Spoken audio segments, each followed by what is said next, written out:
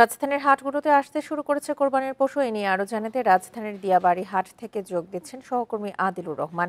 আদিল, হাটে কি পরিমাণ পশু এসেছে এখন পর্যন্ত, এবার দাম কেমন হতে পারে বলে ধারণা করা হচ্ছে?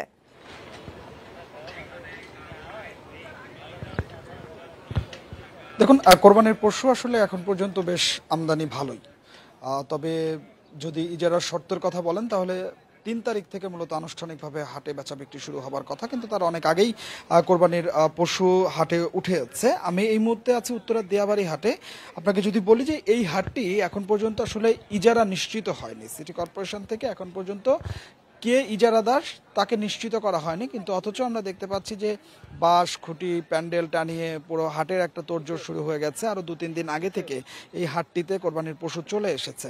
আমরা এখানে এসে যখন কথা বলছি তখন ইজারাদার এবং হাট কর্তৃপক্ষ কাউকে খুঁজে পাচ্ছি না, তার কারণ সিটি কর্পোরেশন থেকে সেটি এখন পর্যন্ত কাউকে দেওয়া হয়নি বা টেন্ডার প্রক্রিয়া যেটি সেটি নিশ্চিত করা হয়নি। এই জায়গাটিতে কোরবানির পশু বিক্রেতা যারা আছেন তারা বেশ বিপাকের মধ্যেই পড়েছেন। তার কারণ হচ্ছে তারা বলছেন যে বিশেষ করে রাতের বেলায় এখানে কোনো ধরনের কোনো আলোর ব্যবস্থা নেই।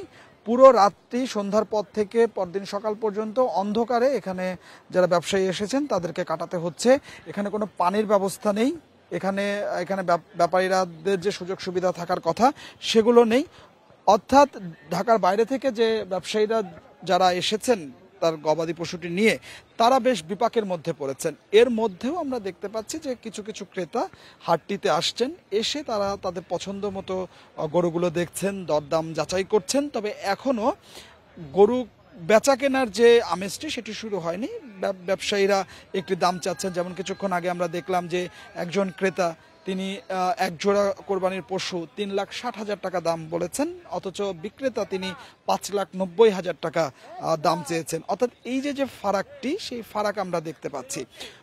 ক্রেতারা বলছেন যে যেহেতু এখনো অনেকটা দিন সময় বাকি আছে, সেক্ষেত্রে কোরবানির পশু বিক্রেতা যারা আছেন তারা চাচ্ছেন যে হয়তোবা আরও একটু দাম পাবেন, দাম ধরে রাখার একটা প্রবণতা তাদের মধ্যে আছে। অন্যদিকে ক্রেতা যারা আছেন, ঢাকার ক্রেতাদের কথা যদি আমি বলি, আপনি জানেন যে ঢাকায় কোরবানির পশু কিনে রাখার জায়গাটি কম, লালন পালন করার ব্যবস্থাপনা নেই।